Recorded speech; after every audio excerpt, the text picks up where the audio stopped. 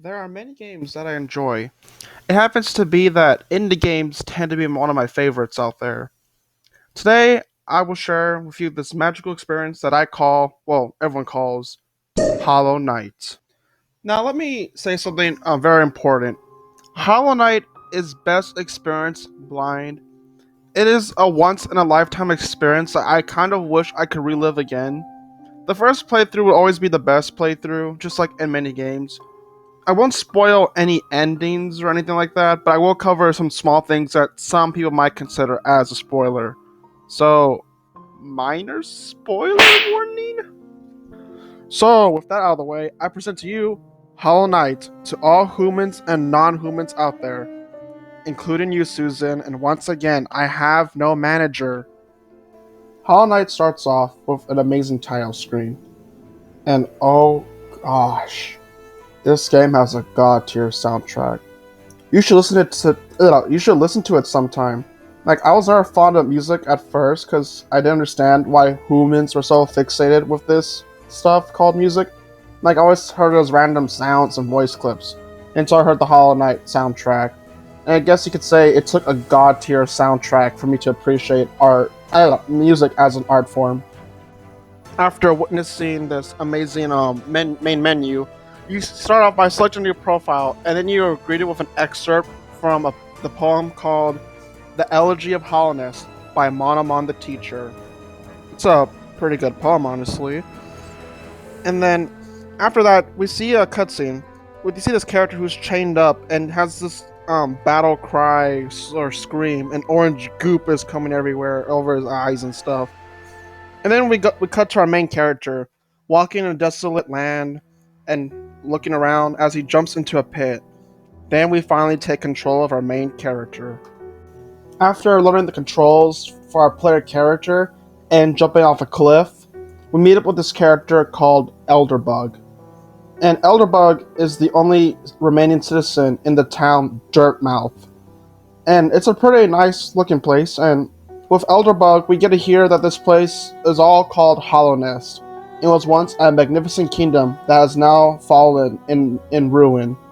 Not understanding what's going on, that's all us as the player know as we descend down deep into the well. As you're playing this game, you get many questions like, what happened? Why are we here? Who are we? What's our purpose? What's the meaning of life? Okay, maybe not that far, but I wouldn't be surprised if people would gone that far. Anyways, this game makes you question many things about this new vast world. As we descend deeper and deeper into Hollownest, we see signs of what this kingdom once was. We also see many friendly characters and many foes for us to face. For example, a good friendly character we meet up real early on is Cornifer, the cartographer, who is kind of bad when it comes to mapping. This is the map, by the way. Like, this is all he give us. You have to fill in the rest for him. Anyways, but whenever I hear that signature humming while I'm playing this game in a new area of the map, I always get excited to see him, knowing that I could soon map out, the rest of this amazing world. We also see another character called Quirrell that lives. Well, he doesn't live, but he's checking out this temple called the Black Egg Temple. We know it's the same place from the first cutscene, and we also see the three masked mobs on the Black Egg. This place is going to be very important, as we could tell how significant the place looks. After you buy a map from Cornifer, which is most likely going to happen, or if you're some cool player, I'll explain later what I mean by that. Cornifer tells you about his wife, Zelda, is in the town of Dirtmouth in the shop. So when you go there, you can buy charms, which tends to, for most people to be the first charms they get in the game. Or like I said, if you're a cool person, you could have gotten a super cool charm in the beginning of the game. And basically, charms are a way to customize your character with cool abilities and combinations of ways to help you to explore, combat, or to defend yourself throughout the game. You can only equip charms when you're on a little bench, as I guess it would be considered overpowered if you could constantly change your charms mid-battle and stuff like that. Charms come in many ways. Each of them require a certain notches. Basically, it's like how much you could fit in, and like you start off with I think about 3 notches, so you can only put like 1 or 2 charms. But if you find a way to like put, let's say you have a charm that has 2 notches requirements, and you have a charm that also requires 2 notches, but you only have 3 notches.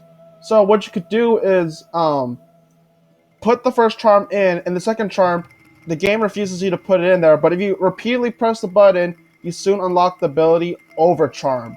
Overcharm means you just take double the damage, but you have 1 more extra charm that you shouldn't be able to have normally. It's a cool system, but I never got into it at all. I usually avoided this ability. So charms basically define how you mostly play the game. As you explore Hollow Nest, you'll find some shop vendors selling charms, or find some treasure chests that contains a charm, or just find them lying around. There's some simple ones like able to run faster or get more health and stuff. But then there's some more important ones like the ability to move while you're healing, or to have your spells appear different, or gain more soul to use spells. It's quite useful and handy for certain situations. Like you want to have a charm build to, let's say, Wayward Compass and Gathering Swarm, so you can explore the map and also not worry about not losing any money that flies away, since the Gathering Swarm will gather the geo towards you. And then there's other charms that, like, Unbreaking Strength and Quick Slash to help use for combat purposes. In case there's a really tough boss ahead, you could try to equip these charms and hope that your skill and your charms alone will be enough to take down these bosses.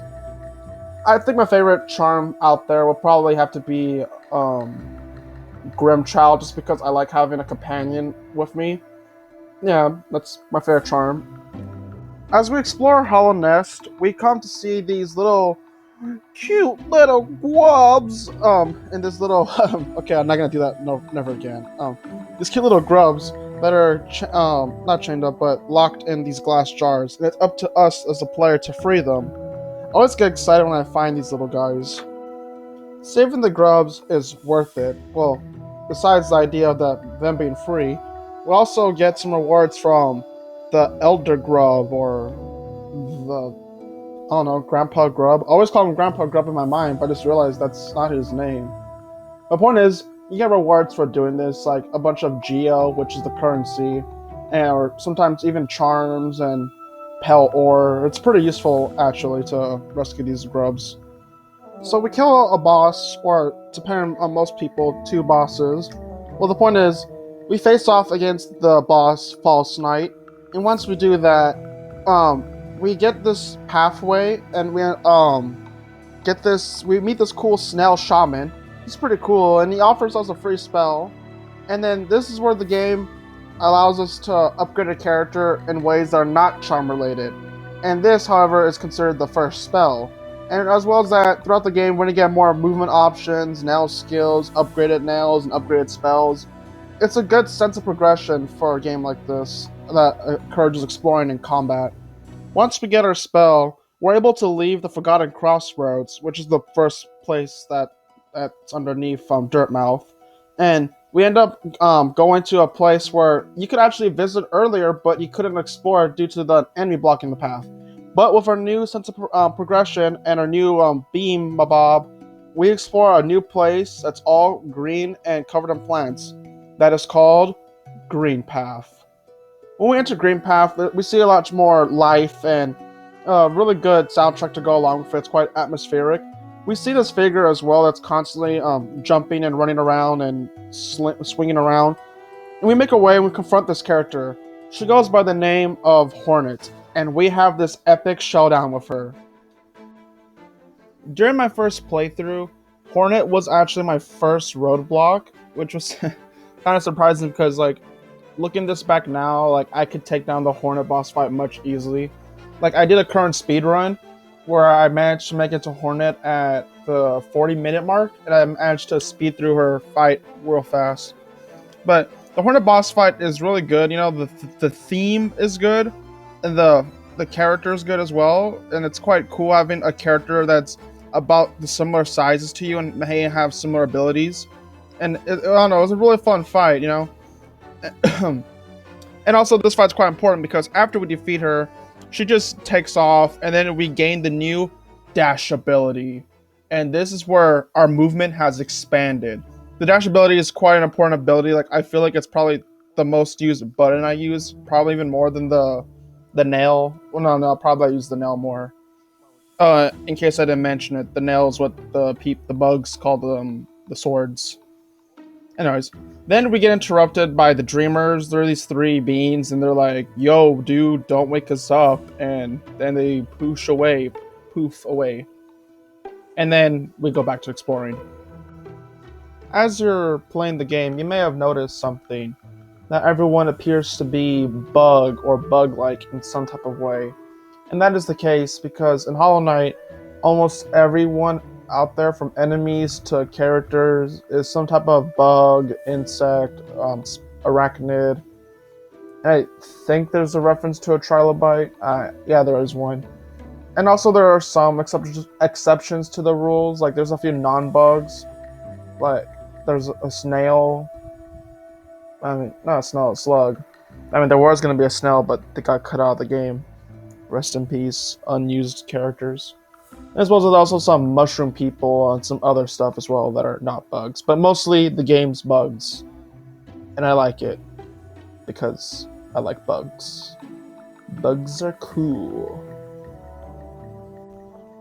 As we continue exploring the game, we meet a bunch of new faces, some old faces, and it's quite exciting every time you see a familiar face and wanting to know what they're doing. Like, there's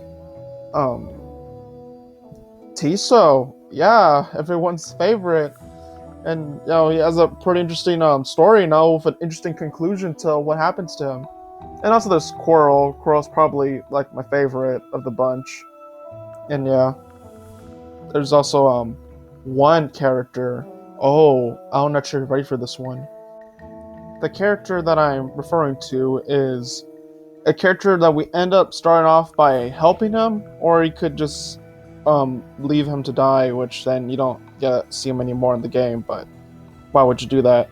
Anyways, the character I'm referring to is Zolt the Mighty. Zolt. You know, he's quite an interesting, peculiar individual, I do say so the least. He looks just like our main character, but except he has like a mouthpiece and one of his horns is slightly different. Which, you know, there's many theories to just about Zote looking similar to our main character, but I'm not here to theorize, you know, this isn't a theory channel. This is just a discussion channel. Whatever that's worth. Anyways,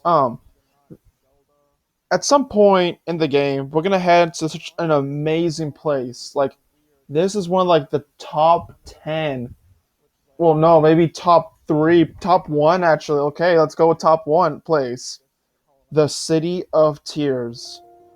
Oh gosh, my ears, this music, this atmosphere, my eyes. It's so good. Oh man, okay, this place is amazing. The City of Tears is probably one of the best locations in the game. It has an amazing atmosphere and visuals. It's a city that's been abandoned for such a long time.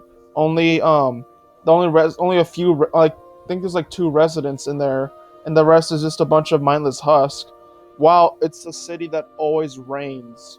When this large elevators, the architecture is amazing. The music is good, which I probably said that. The rain alone making the music sound even better. Oh my goodness. The City of Tears is probably one of the highlights of the whole game, not gonna lie. Then we meet up with Hornet in City of Tears, and we get like the big lore drop. Well, it's kind of big, but I don't know. Slight spoiler warning, I'm not sure if you want to hear this or not, but if you don't want to hear this, I don't know, skip a couple seconds or something. But it's really minor actually. But we see the memorial for the Hollow Knight. That's right. We're not playing as the Hollow Knight. So who are we then? Who's this Hollow Knight guy? What's so special? What's this sacrifice he made? This game makes us ponder of who we really are now with this bombshell. When I first played the game, I actually was wondering, am I the Hollow Knight? Because like I was curious about this, because yeah. And then I just found out that, oh, I'm not the Hollow Knight. I don't know, it was pretty cool, but it's kind of like how when you play a Legend of Zelda game, you're not Zelda, you're Link. But, having the series called Hollow Knight, it's going to be kind of weird, especially with the new sequel on the rise, which is like, I'm not sure how's Hollow Knight related to Silk Song, but I guess Hollow Knight somehow connected, I don't know. Anyways, this is, this is a big revelation, and I don't know. I really like this part of the game. You're not playing as the title screen. Not many games do that. From this point on forward and on, we basically could go in any direction and try to find the Dreamers. So basically, we gotta find the three MacGuffins, which is the Dreamers, while we defeat them, and then we make our way to Black Egg and face off what's been hiding there all this time, the Hollow Knight.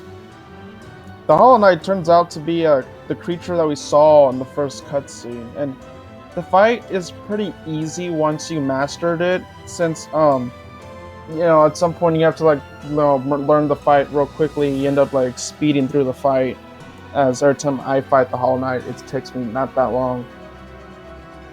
But let's just say it's the first time you're fighting this boss. It's a pretty dynamic fight, I could say myself. It's somewhat poetic.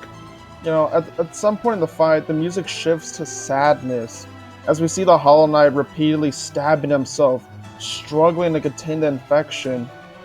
So a lot of orange goo is spewing everywhere. You're fighting this guy who's quite tall, and the music is really good with the fight, Then we defeat the Hollow Knight, and a bunch of spoiler stuff happens, which I won't discuss about that. And then also there's multiple endings to get depending on your choices and what items you have and grab, so there's that to look forward to. The game is quite interesting, the story was very unique and I really love it. So, I guess I could talk more about the story.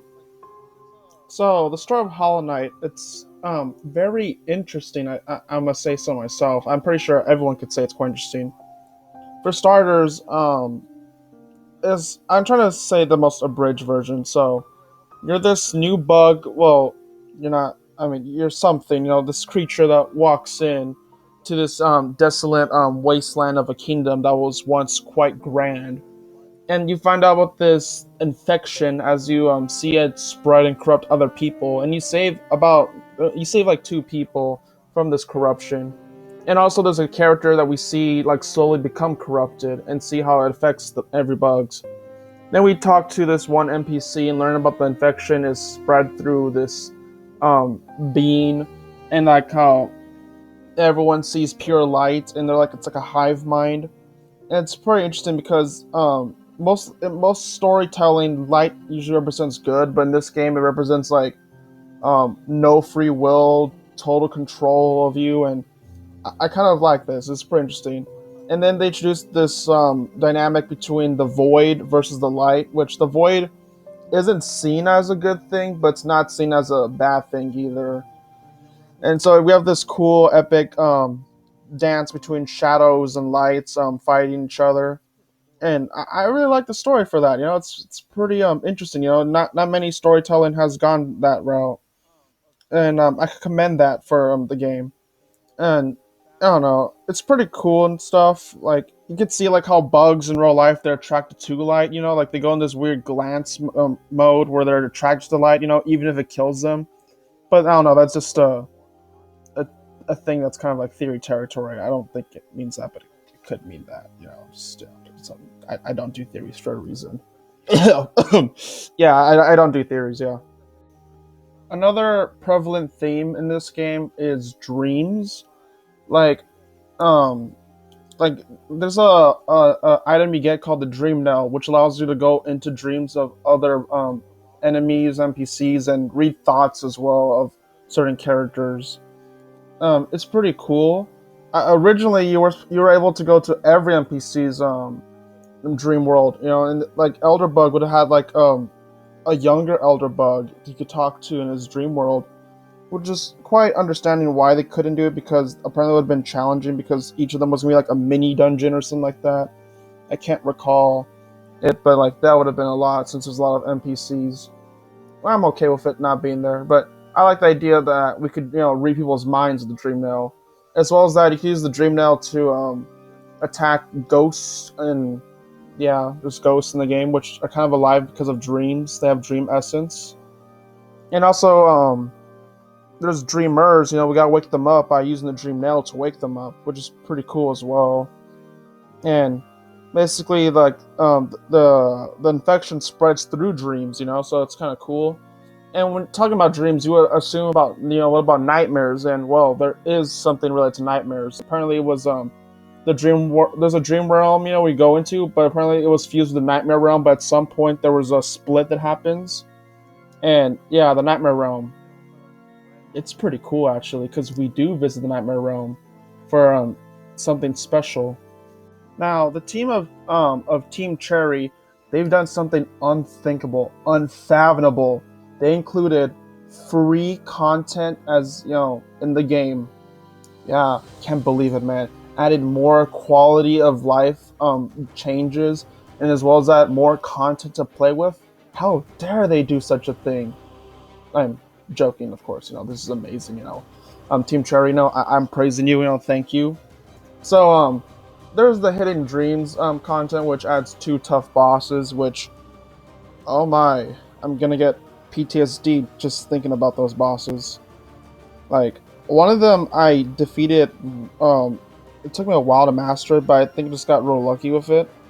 And then the other one, you only could beat him like, I think like 4 times and you're good to go, but you could fight him more. Yeah, I couldn't do that. At some point the boss was doing like more than half of my HP of damage. And I know how to just get good, but I'm not gonna get that good. But then there was another content pack, which was the Grim Troop. Yeah, this is my favorite. I'll explain why.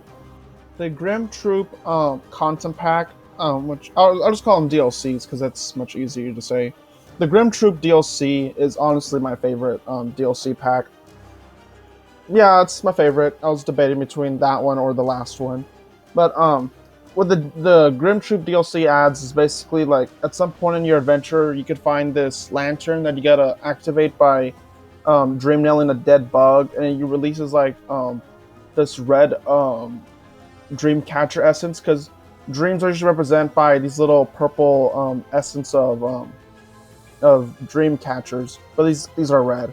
I think there's other colors too, but mostly it's purple and maybe white. Anyways, but red, we never seen red before, so this is pretty cool. Basically, once we activate the lantern, the Grim Troop basically are a traveling circus, and they show up in Dirtmouth, and Elderbug is freaked out because he can't catch a break. And I think that NPCs also mention about them too, and it's pretty cool actually having like some traveling circus in their town that you've been for quite a while. And yeah, I really like the aesthetic. They got like red and black, which is honestly a really cool color combination. We got the circus theme, which is pretty cool, and we got one of my favorite characters, Grim, who's the troop master of this traveling circus. And basically, Grim makes us go on these little fetch quests of this little ritual that he wants us to do, where basically he just forcefully makes us adopt a child, which honestly I'm okay with because I like Grimchild. As I said, it's my favorite charm. And basically, we're gonna take Grimchild, which starts out as a little infant, and basically help it grow by collecting these flames, and then come back to him. At a certain point, we gotta go meet up with our, Papa Grim. Well, okay, I'm not gonna call him that anymore. Papa Grim. Oh man. Okay. Well, we meet up with Grim, and basically he wants to borrow Grimchild, and Grimchild hides underneath his coat thingy. Looks really cool, a cloak. There we go. That's the proper term.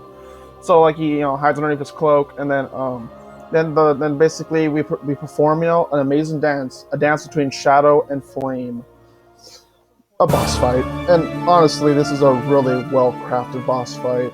I really enjoy this one. It's probably one of my top 10 fights out there.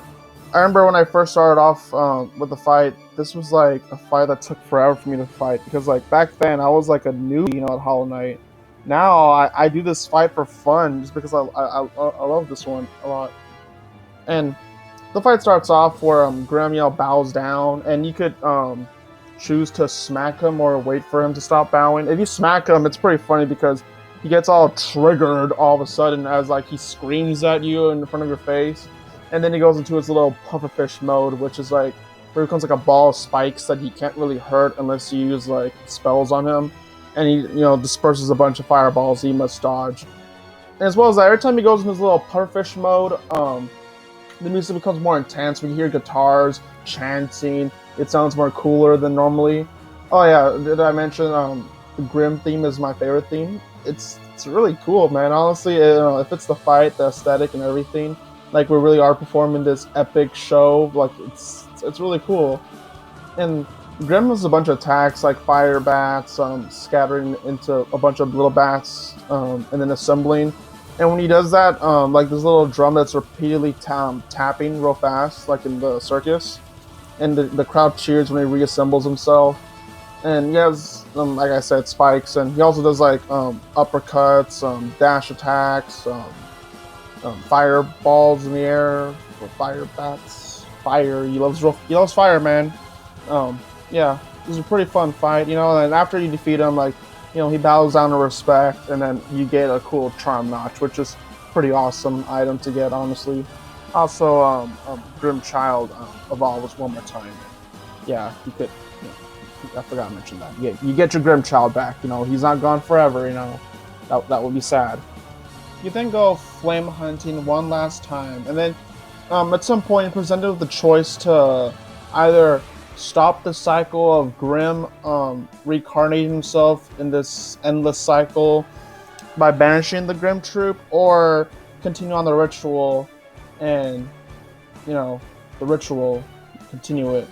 Which there's a problem about this because in a storytelling, I think it would be better if you were to banish Grim, like that would make sense, to do. But if you do that, it's basically the wuss out moment where basically you don't get this epic boss fight, and as well as that, you lose custody to Grim Child, and we don't want that. No one wants that. So there's that problem. And then like the better part is to do the ritual, which I don't know. I would feel like it'd been cool if you were to stop the ritual, and that will cause this epic boss fight. But basically the ritual is we continue on the ritual because no one's gonna like wuss out, man. And also we don't want to lose custody of Grim Child. Grim Child's precious. So we go back to the Grim Troops tent, and we find this secret room where there's Grim, sleeping upside down like like a bat, vampire style. And basically we use our dream nail, and in the dream world, it's red essence, and this is where I say we're in the nightmare realm. The nightmare realm's pretty cool because like it looks like a normal tent, but like there's a bunch of like these little veins, but made out of cloth though. It's like you hear like a heart pumping as we get closer to the main center attraction, and then we see this large pumping heart thing, which is most people refers to it as the Nightmare Heart, which I guess I would too. The Nightmare Heart comes the Nightmare King.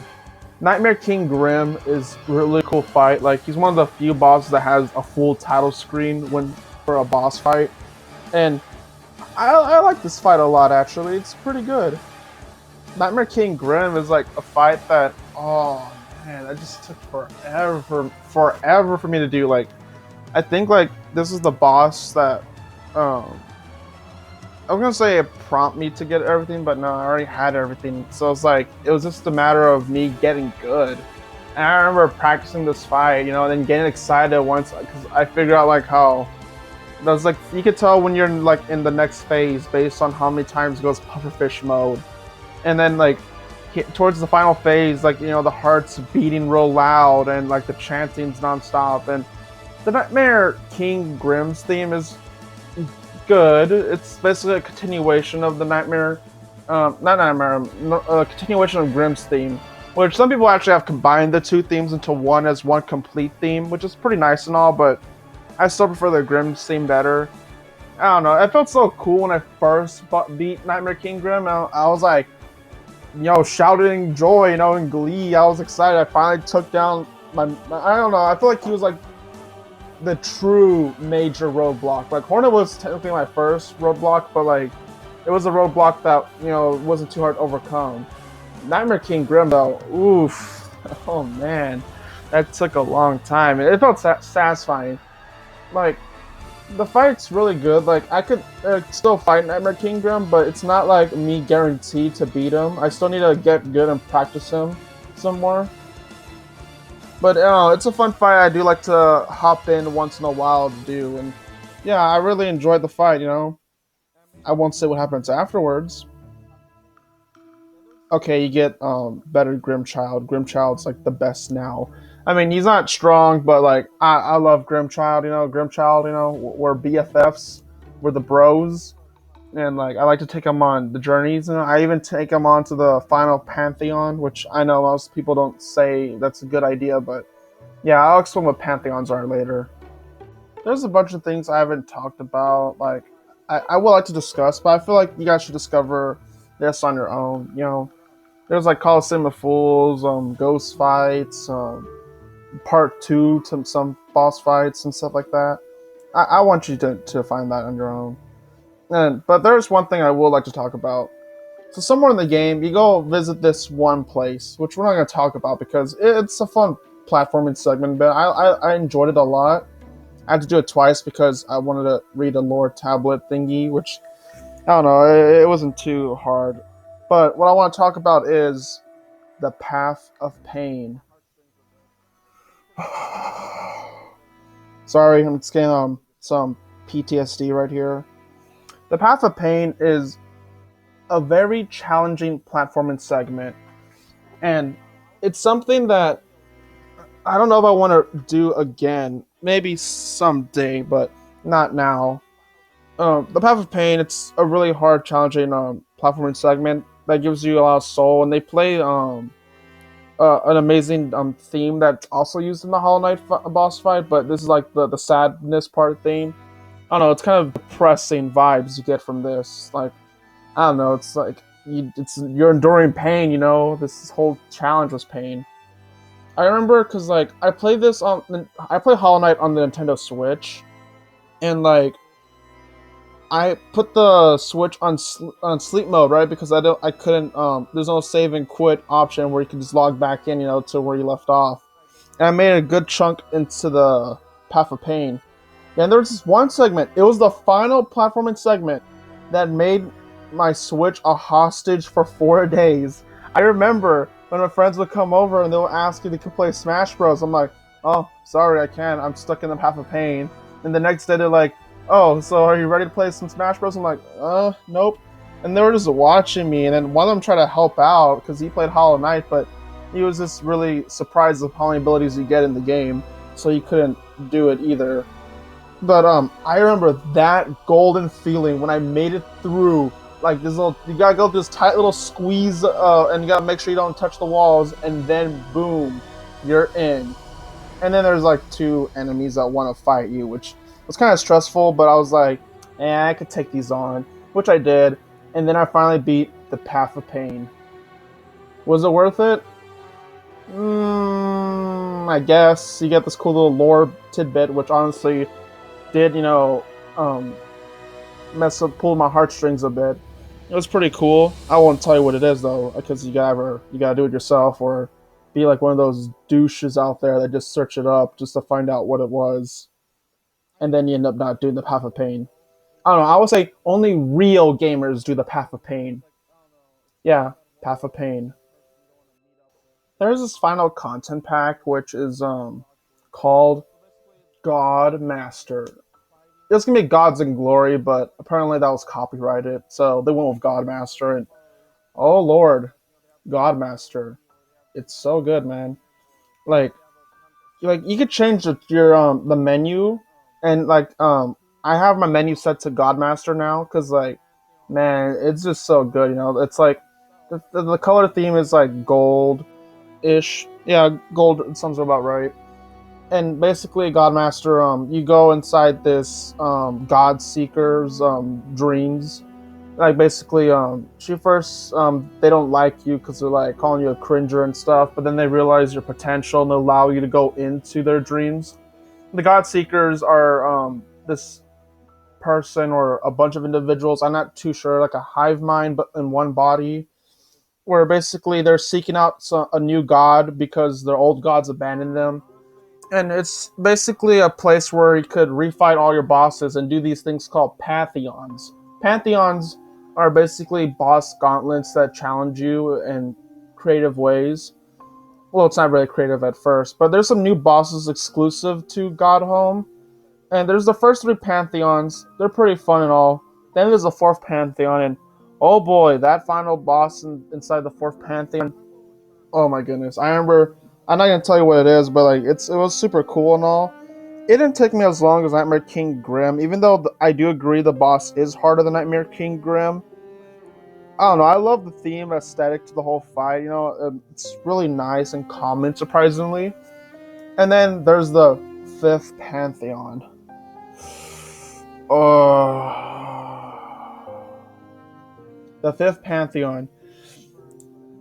I both love it and I both hate it at the same time. It's so weird. It's like I don't know. It's like that one awkward person you don't want to meet up with again, but you enjoy them, but they're also awkward. So basically, the fifth pantheon is fighting almost every single boss in the game in new powered up mode. They have a new ability, or they have new enemies they summon, or they have sometimes a second version of them. And then as well as that, two new exclusive bosses, the fourth Pantheon final boss, Nightmare King Grim himself, and this new super duper booper final boss.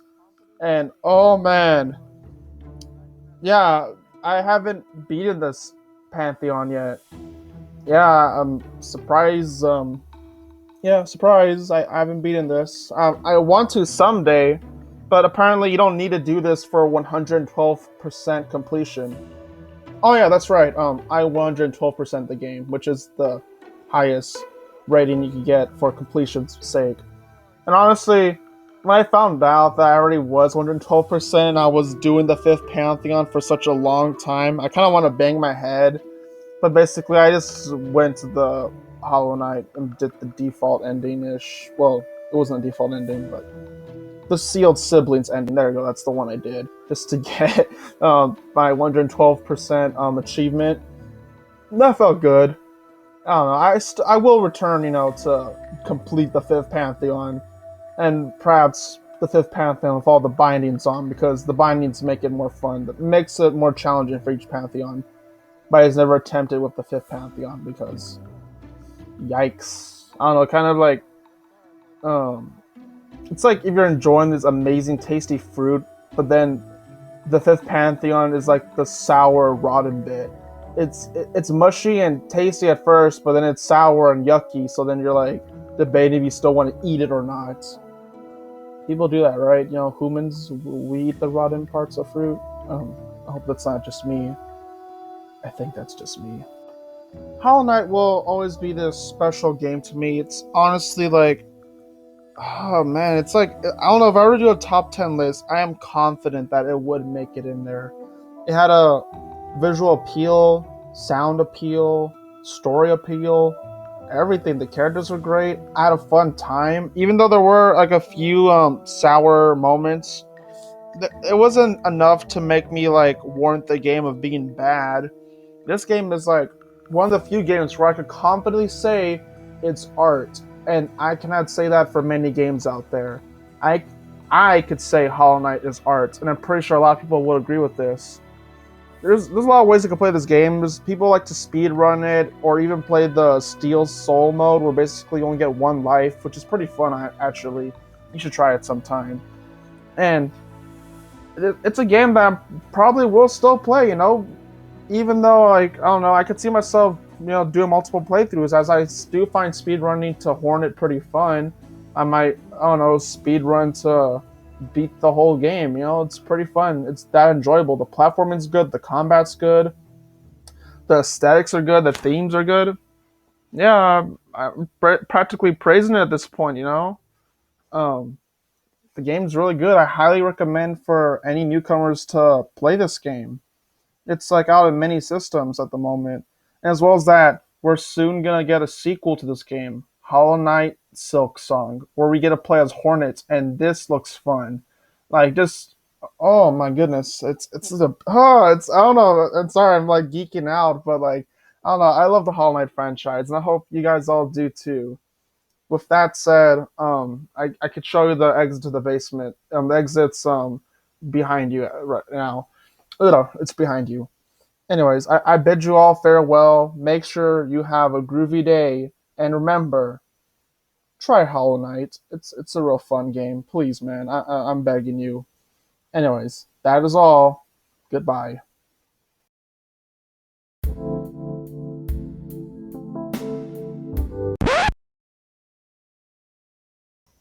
Hello, internet. This is the voice actor of Basement Dweller.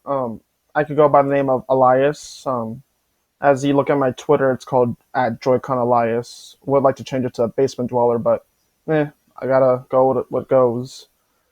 And I just want to do this little end card from Bob to just talk about the future of this channel. Currently, we got an upcoming artist that's done some assets for our channel, and also this cool art piece that's in the background. It's pretty exciting. So like the next episode, the show is gonna be much up to scale with quality. And currently, audio may sound weird in this episode because we had a good mic that was being borrowed for a while, and now we have to buy a new one. And I'm using this earphones mic, which was used for I believe the first two videos of the channel. I could be wrong. I don't remember too much. Yeah, I'm bad with memory. That's one of my things. I'm just quite excited to see this channel grow and have started this little community right here. There's an actual audience watching the show, and it's pretty exciting to hear about this. Like every day, I like to see my numbers go up, and it's pretty fun and exhilarating. I'm looking forward to how much growth we could do within 1 year, and yeah, I just hope you have a groovy day out there, and take care. Bye.